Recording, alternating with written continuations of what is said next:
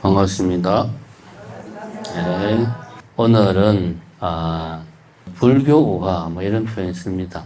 경전에 나오는 재밌는 이야기를 가지고 부처님의 가르침을 한번 생각해보는 그런 시간을 가지도록 하겠습니다. 옛날에 이야기는 항상 이렇게 시작합니다. 옛날에 엄청 가난한 마을이 있었는데 그 가난한 마을에서도 가난한 사람이 두 사람이 있었어요. 그러니까 엄청나게 가난했겠죠. 그 마을에서는 먹고 살 길이 없으니까 야, 우리는 좀 타지에 나가서 돈을 벌어 와야 되겠다. 그래서 이제 두 사람이 길을 떠났습니다. 돈을 벌러. 길을 떠났는데 길을 가다 보니까 주인 없는 삼배밭이 쫙 있는 거예요. 그래서 두 사람은 그 삼배를 탁 베가지고 한 짐 지고 이제 최대한 질 수 있는 만큼 지고 야, 이거를 가지고 마을에 돌아가서 좀 어떻게 해서 장사를 해서 돈 좀 벌어야 되겠다. 이 즐거운 마음으로 돌아오는데 오는 길에 보니까 또 길가에 비단이 막 떨어져 있는 거야. 참 희한하죠. 비단이 막 떨어져 있어. 이제 편의상 A하고 B라고 칩시다, 두 사람. 이제 A는 가지고 가던 삼배를 버리고 당연히 이제 비단을 다 갖고 갈 수 있을 만큼 챙겨가지고 들고 가는데 B는 그동안 지고 온 그 삼배가 아까워가지고 그동안 지고 온 그 노력이 아까워서 차마 버리지 못하겠는 거예요. 그래서 그 삼배를 메고 그냥 갔어. 가다 보니까 이번에는 언덩이가 또 길가에 또 있네, 또. 그러니까 이제 A는 당연히 비단을 버리고 언을 이제 다 챙길 수 있는 만큼 챙겼어. 그러니까 B는 또 삼배를 계속 메고 가려는 거야. 그래서 A가 자네 왜 그러나? 그 삼배는 버리고 이 언을 챙겨서 가도록 하게. 라고 이야기하니까 이제 B가 나도 그러고 싶은데 차마 지금까지 메고 온 게 아까워서 이 삼배를 버릴 수가 없네. 그래 나는 그냥 삼배를 지고 가겠네. 그러니까 뭐 A가 어떻게 하겠어. 지가 메고 가겠다는데. 그래서 가는데 이번에는 또 금덩어리가 나오네 또. 이런 세상에 참. A는 또 얼른 금덩어리를 버리고 언을 버리고 금을 또 챙길 수 있는 만큼 최대한 많이 챙겼어요. B는 고민하다가 내가 지금까지 내가 삼배를 메고 왔는데 계속 메고 가야지. A가 다시 이야기해. 자네 그러지 말고 그 삼배 버리고 금덩어리 챙겨서 가게. 그러니까 B가 결심한 것처럼 내가 삼배를 버릴 요량이었으면은 언덩어리가 있을 때 그때 이미 버렸지. 나는 그냥 계속 메고 갈 거야. 그런데 이 두 사람이 금덩어리를 엄청나게 주워가지고 마을로 돌아오고 있다는 소문이 그 마을에 퍼진 거예요. 그래서 마을 사람들이 야, 이렇게 기쁜 일이 있냐. 그 두 사람이 금덩어리를 엄청나게 챙겨오니까 우리한테도 뭔가 좀 떨어지겠지. 이런 이제 기대에 부풀어가지고 환영을 나온 거야, 마을 사람들이 다. 아니나 다를까 두 사람이 오는데, 그러니까 두 사람이 다 오니까 마을 사람들이 엄청나게 반기고, 그래서 이제 A는 제가 이렇게 많은 금을 가지고 왔습니다. 이제 우리 가족은 물론이고, 우리 친척들까지 제가 다 책임지고 배부르게 살게 하겠습니다. 그러니까 사람들이 너무 좋아한 거예요. 그러니까 이제 B의 가족들도 이제 기대를 한껏 하고 B한테 당신은 뭘 가지고 왔나? 그러니까 나는 삼배를 가지고 왔어요. 그거 왜 가지고 왔는데? 내가 삼배를 지금까지 메고 와가지고 버리기가 참 아까워서 메고 왔네요. 그러니까 아이고 이 멍청한 사람아. 너 같은 인간 때문에 우리 마을이 가난한 거야. 하고 하면서 동네 사람들이 B를 이제 그렇게 참 욕을 했다고 합니다.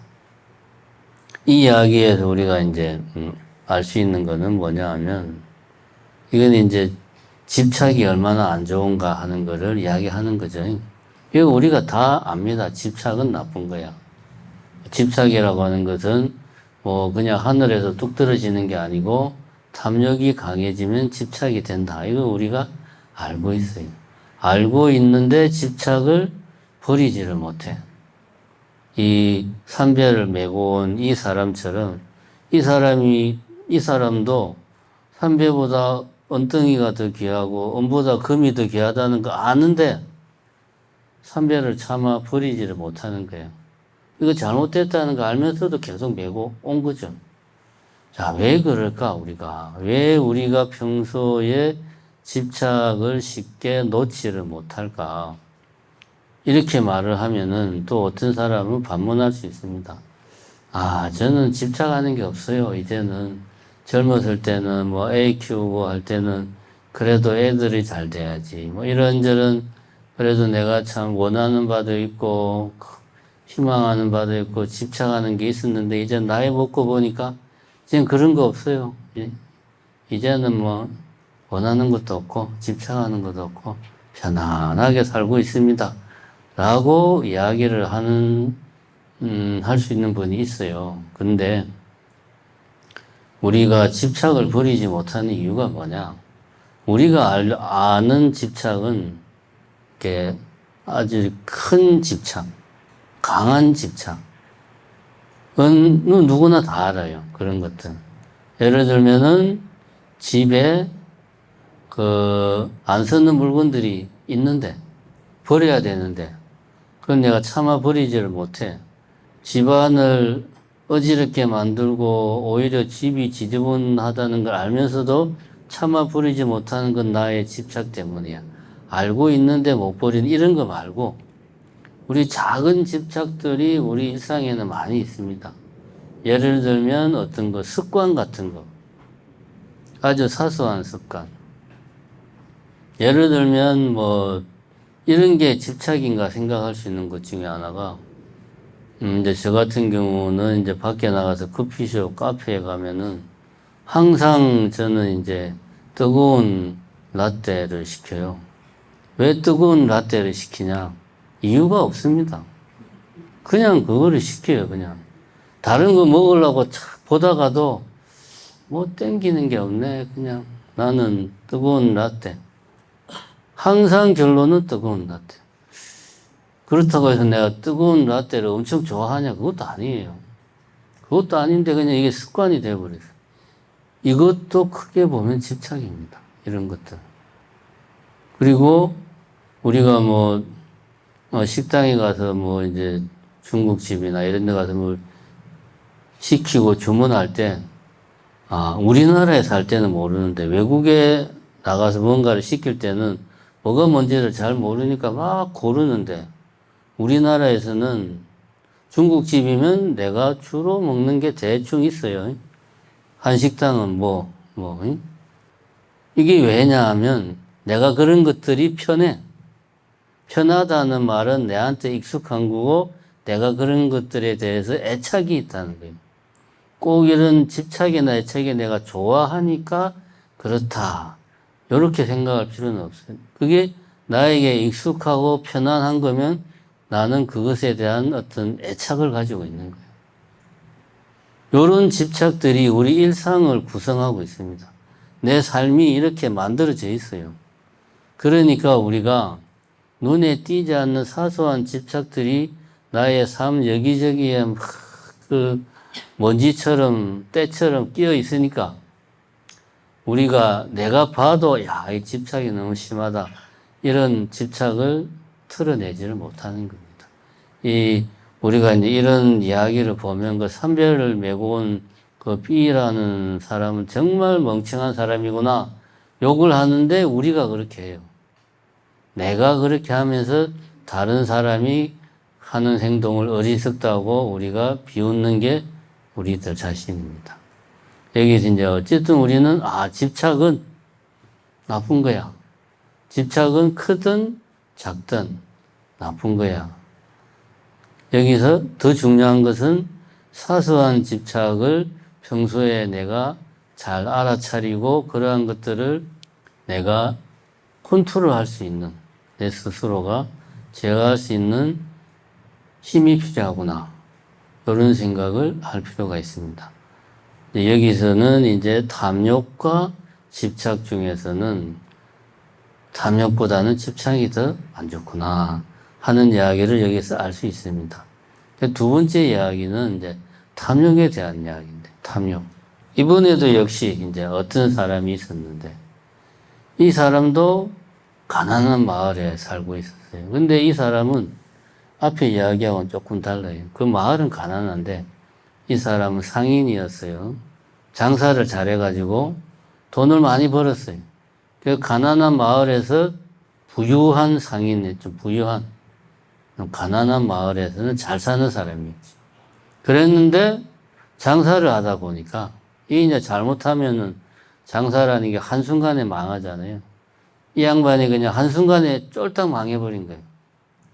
자기가 부자일 때는 동네 사람들이 자기한테 그렇게 잘해주고 아첨하고 좋은 말은 골라서 하더만 자기가 쫄딱 망하고 나니까 아는 체를 안 하는 거지.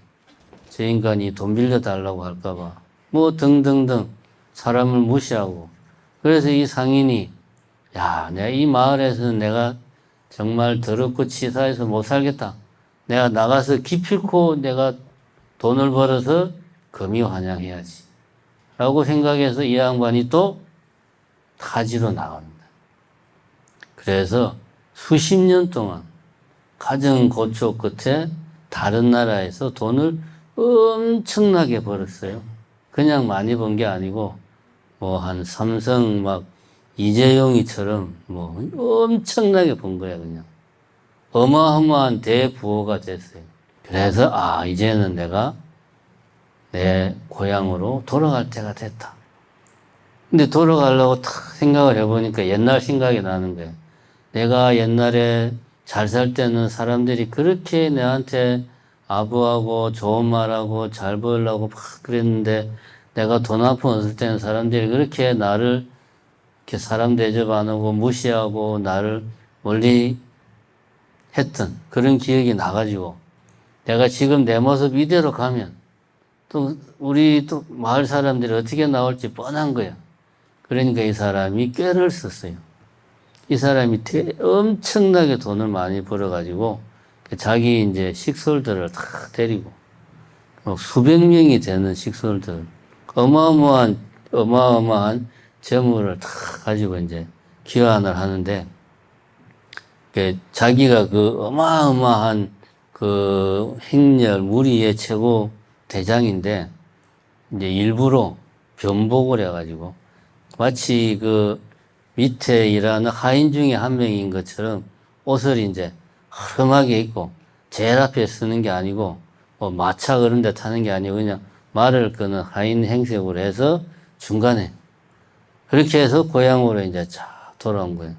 역시 이번에도 마을에 소문이 퍼졌어. 아무개가 다른 나라에 가서 돈을 어마어마하게 벌어가지고 고향에 돌아온다더라. 소문이 퍼져가지고 마을 사람들이 다 나온 거지, 이제. 얼마나 돈을 많이 벌었나. 근데 진짜 막 행렬이 오는데 끝이 안 보일 정도로 어마어마하게 긴 행렬에 어마어마한 재물과 금원보화를 가지고 행렬이 오는 거예요. 그러니까 사람들이 보고, 야, 대단하다. 이 친구가 진짜 돈을 엄청나게 벌었구나. 근데 봐도 그 자기 마을 사람, 그 사람이 안 보이는 거예요. 그래서 이제 뭐 행렬 중에 가는 사람한테 이 행렬의 최고 주인은 어디 계시오? 그러니까 이제 밑에 하인들은 모르니까 아마 이제 제일 뒤에 있을 거예요. 그러니까 또 제일 뒤에 가가지고 이 행렬의 주인이 어디 있어요? 그러니까 밑에 하인들은 모르니까 앞에 있을 거예요. 아니, 앞만 봐도 없는데? 이제 마을 사람들이 한참을 찾았어요. 그럴 수밖에 없는 게 수십 년을 나가 있어가지고 마을 사람들도 얼굴을 잘 기억 못 하는 거예요. 근데 겨우겨우 이제 하인의 복장을 하고 있는 그 사람을 찾았어요. 그래서 마을 사람들이 아니 자네는 왜 이렇게 우리를 깜짝 놀라게 하려고 그랬냐. 우리를 속이고 이렇게 하인 복장을 하고 오는 것이냐. 우리는 정말 자네를 환영한다네. 그렇게 이야기를 하니까 그 하인이 이제 하는 말이 당신들이 환영하는 것은 내가 아니고 내가 가지고 있는 재물들. 당신들이 환영하는 것은 그거 아니냐. 내가 아니고. 그러니까 내가 무슨 옷을 입고 오는 거는 중요한 게 아니다. 당신들이 원하는 것은 내가 가지고 있는 재화가 더 중요한 거지. 이런 이야기를 이제 했다 하는 이야기가 있습니다. 이 이야기에서 우리가 이제 배워야 될 거는 탐욕이라고 하는 것. 마을 사람들은 저 상인이 다른 나라에 가서 돈을 엄청 벌었어. 이 마을 사람들 눈에는 그 상인보다는 그 상인이 가지고 있는 재화가 먼저 보이는 거지. 왜? 마음속에는 그 상인보다 그 상인의 재화에 마음이 가 있으니까 눈도 그쪽으로 먼저 가는 거죠. 요게 이제 탐욕은 사람의 눈을 멀게 한다라는 말이 이런 거죠. 뻔히 눈앞에 있는데 못 보는 거죠. 우리 사람들이 하는 착각 중에 하나가 이겁니다.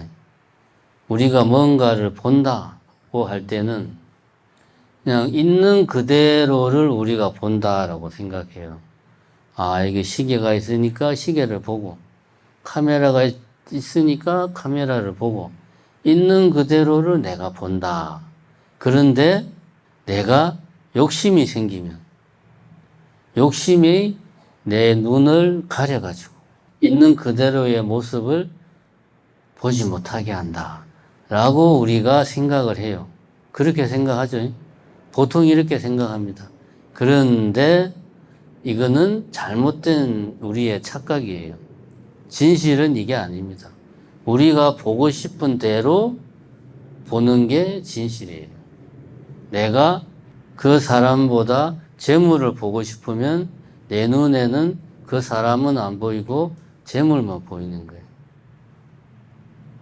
내가 그 어떤 사람이 있는데 이 사람을 나의 사랑스러운 여자친구, 연인으로 생각하면은 그 사람이 그 여자가 아무리 못생겨도 내 눈에는 어마어마하게 아름답게 보이는 거예요.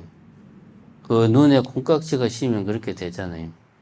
진실은 내가 보고 싶은 대로 보는 것이, 보이는 것이 진실입니다. 요거는 뭡니까? 부처님 가르침에서 나오는 것도 아니고, 현대 과학에서도 그런 말을 해요. 엄밀하게 따지면은 우리가 보는 것은 있는 그대로의 세상이 아니고, 있는 그대로의 세상에서 우리가 받아들인 정보와 내 마음속에 있는 기억들, 그리고 그런 기억들을 각색하는 나의 어떤 감정들, 이런 것들이 합쳐져 가지고 상이 만들어져서 내가 그 상을 보는 거죠. 그래서 우리가 12연계에서 촉을 이야기할 때 촉은 근, 경, 식 세 가지가 만나는 걸 촉이라고 그런단 말입니다. 있는 그대로를 그냥 보는 게 촉이 아니에요.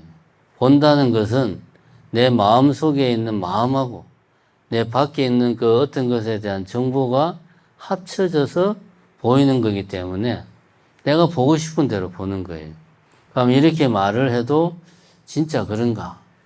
나는 평소에는 그냥 있는 그대로 보는데, 근데 이게 아닙니다. 이게 아닙니다. 우리가 속담에 그런 말이 있잖아요. 자라보고 놀란 것은 소뚜껑 보고 놀란다.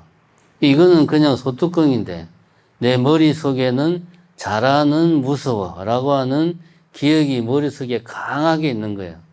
그러니까 자라 비슷하게 생긴 것만 보면 다 그냥 마음이 먼저 놀래가지고 자라라고 생각하고 깜짝깜짝 놀래는 거죠. 소뚜껑인데. 그래서 소뚜껑을 보고도 자라인 걸로 착각하는 거죠. 그럼 이게 착각이냐? 아닙니다. 그 순간은 자라로 보이는 거예요. 소뚜껑인데 내 눈에 이게 자라인 것처럼 보이는 게 아니고 잠깐 자라로 보이는 거예요.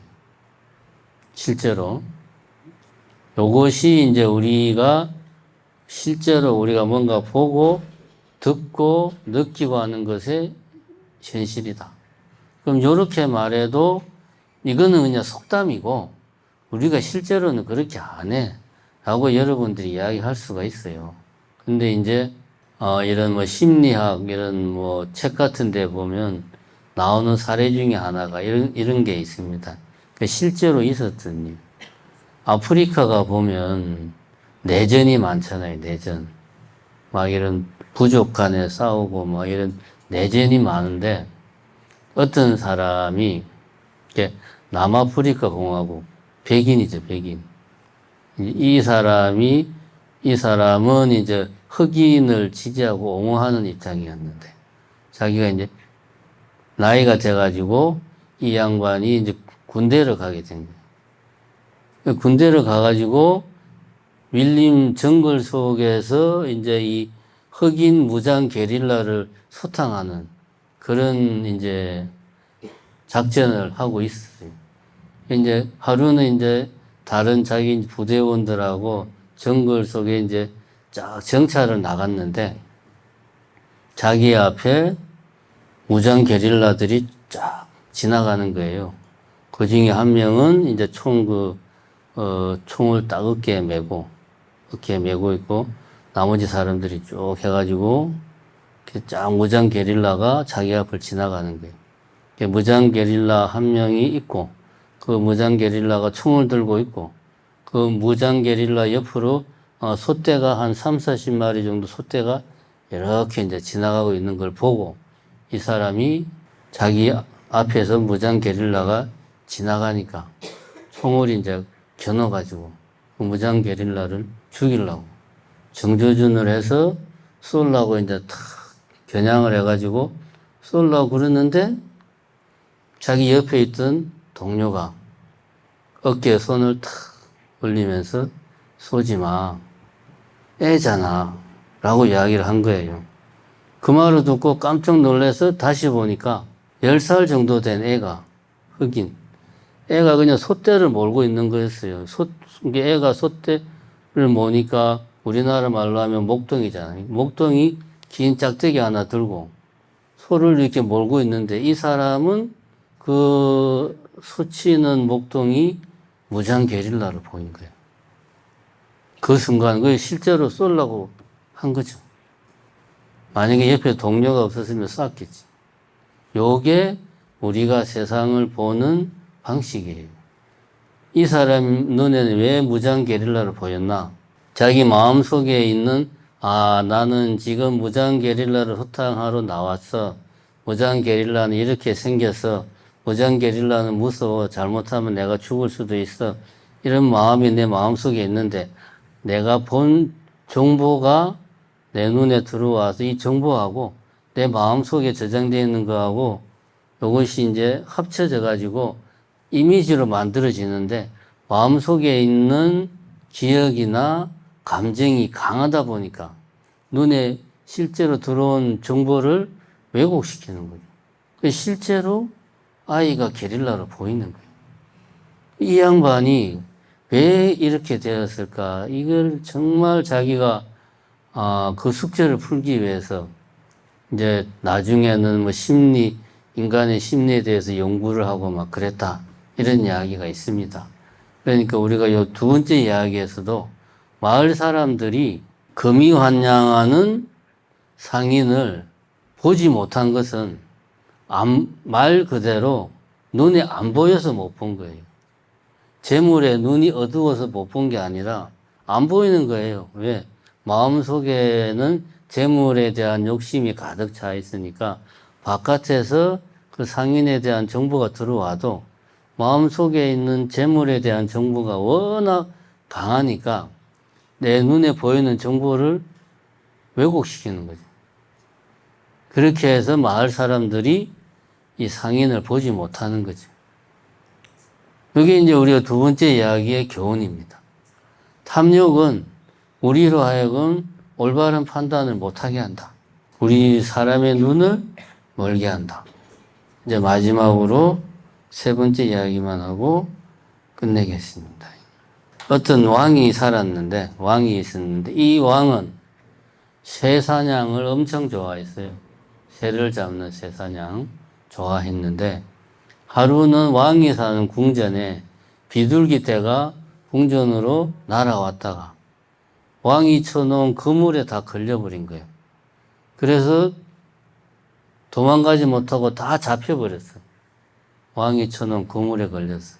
그래가지고 왕이 이제 요리사한테 시키기를 이 비둘기들을 다 새장 안에 가두어 놓고 살이 찐 놈부터 한 마리씩 하루에 한 마리씩 내 식탁에 올려라. 그래가지고 요리사가 하루에 한 마리씩 살이 찐 놈부터 붙잡아가지고 털을 뽑고 기름을 바르고 구워서 양념을 촥 해가지고 왕의 식탁에 올린 거예요. 비둘기들이 야 보니까 이건 뭐 지옥이 따로 없네.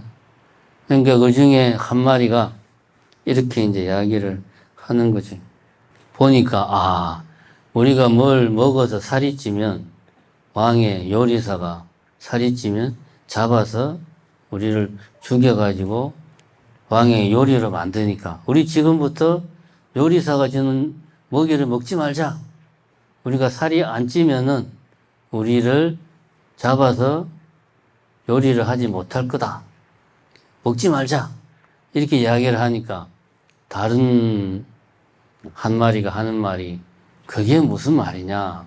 우리는 지금 새장에 갇혀가지고 오도 가도 못하고 달아날 수 있는 방법이라고는 전혀 없는데 여기서 그냥 꼼짝없이 죽어야 되는데 이렇게 죽으나 저렇게 죽으나 죽는 건 마찬가지인데 기왕 죽을 거 잘 먹은 귀신이 때깔도 좋다고 주는 거 먹고라도 죽자.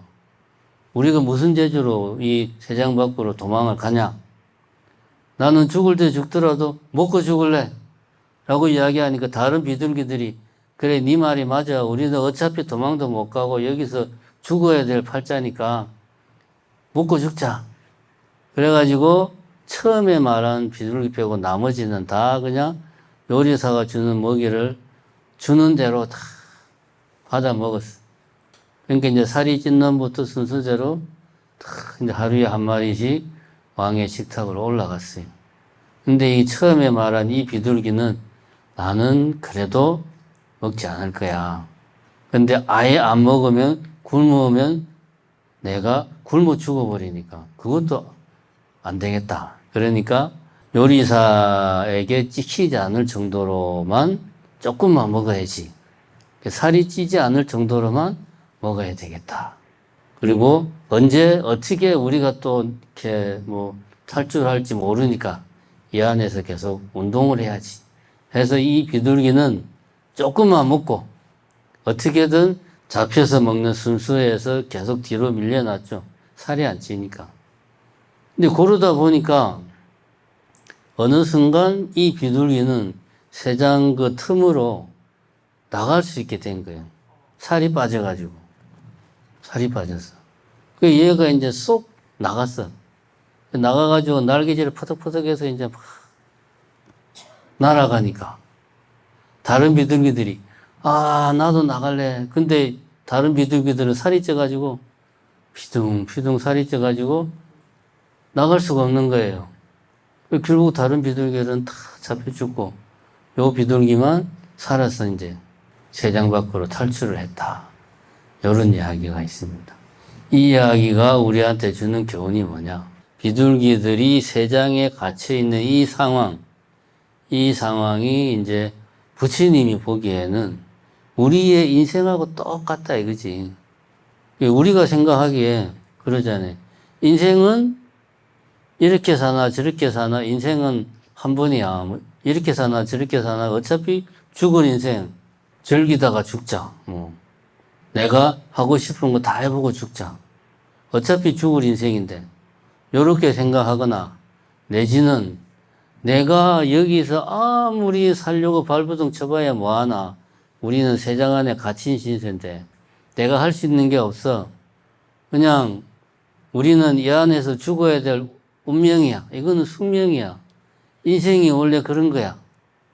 그냥 여기서 살다 죽는 게 우리의 인생이야.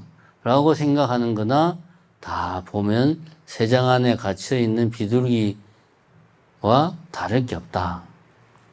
이게 이제 부처님이 바라보는 우리 중생들의 삶이라는 거죠. 그런데 부처님이 보시기에는 인생은 한 번으로 끝나는 게 아니라는 거죠. 그죠?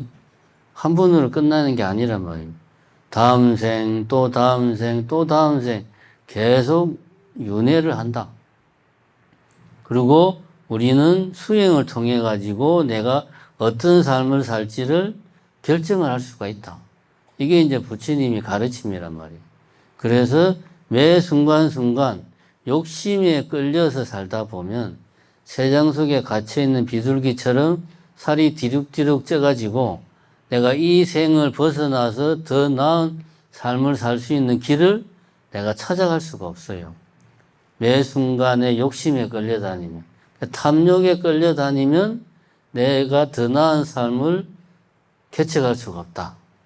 내 스스로 내 자신의 욕심을 통제하고 제어하고 해야지만이 더 나은 삶을 찾아갈 수 있다.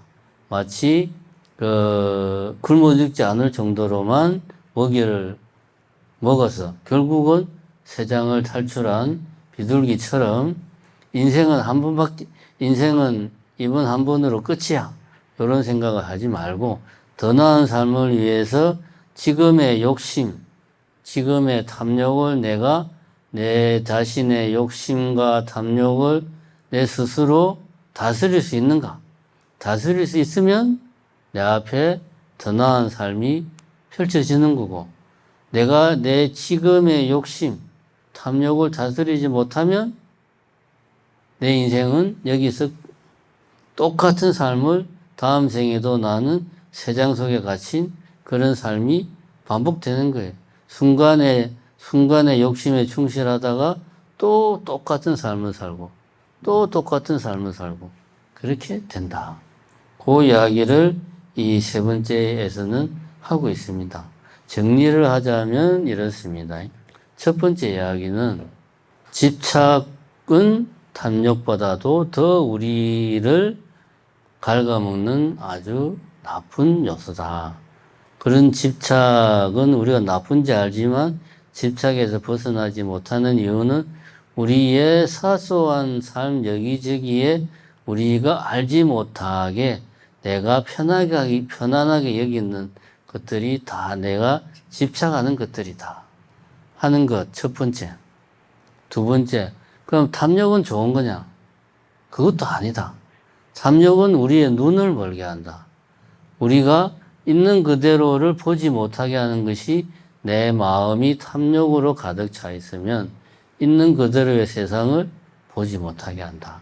왜냐하면 우리의 마음은 있는 그대로를 보는 것이 아니고 내가 보고 싶은 대로 보는 것이 듣고 싶은 대로 듣는 것이 우리의 마음이기 때문에 내 마음을 탐욕으로 가득 차면 나는 정작 이 세상을 올바로 보지 못한다. 여기 두 번째 이야기. 세 번째 이야기는 그럼 이 탐욕을 이대로 놔둬도 되느냐? 아니고 탐욕을 내가 욕심을 잘 다스릴 때 더 나은 삶이 우리를 기다린다. 그게 세 번째 이야기입니다. 이제 불교에서는 부처님은 항상 강조하는 것이 소욕지족. 욕심을 내지 말고 작은 것에 만족하고 살아라 하는 이야기를 항상 강조합니다. 우리 사성제에서 괴로움의 원인은 가래에서 비롯된다 라는 이야기를 했습니다. 가래라는 게 결국은 욕심이란 말이에요. 그러니까 욕심이 모든 번뇌의 근원이다. 이걸 명심하시고 하루하루를 살아가시기 바랍니다. 예, 감사합니다.